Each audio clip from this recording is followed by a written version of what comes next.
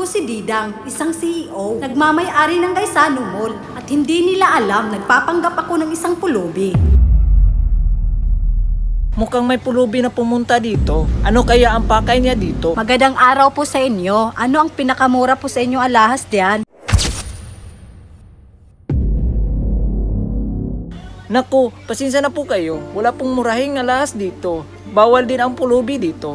Sorry po sir, hindi ko alam na mamahalin pala ito. Magkano pong isan yan? Ito pala. Nagkakahalaga ito ng $1,000.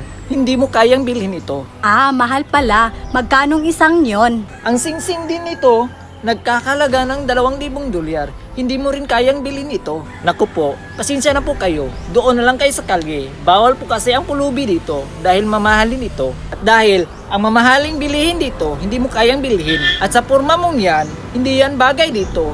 Grabe po kayo manglait. Hindi yan trabaho sa isang empleyado. Ang trabaho ko ay hindi basta-basta, lalo na't magkasundo kami ng CEO dito. Ganun pala. Sino naman ang CEO dito? Gusto kong makita siya. Ang CEO namin dito ay napakayamang tao sa buong mundo.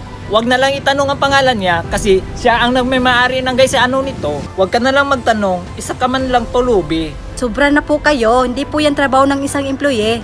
Kasi, sa itsura mo pa lang, hindi ka kasi bagay dito. Mabuti pa, umalis ka na lang kasi may customer pang pumunta dito. Baka mahawaan sila sa'yo kasi ang baho-baho mo siguro. Sige, babalik ako bukas. Sana matagumpay ang trabaho mo dito. Umalis ka na dito kasi ang mga customer papunta na dito. Huwag ka nang babalik bukas kasi bawal din naman ang pulubi dito. Tingnan lang natin.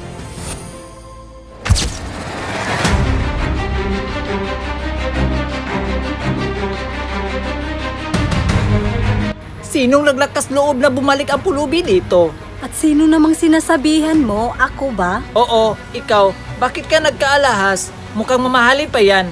At saan mo ninakaw yan? Mukhang hinahanap na yan ng may-ari.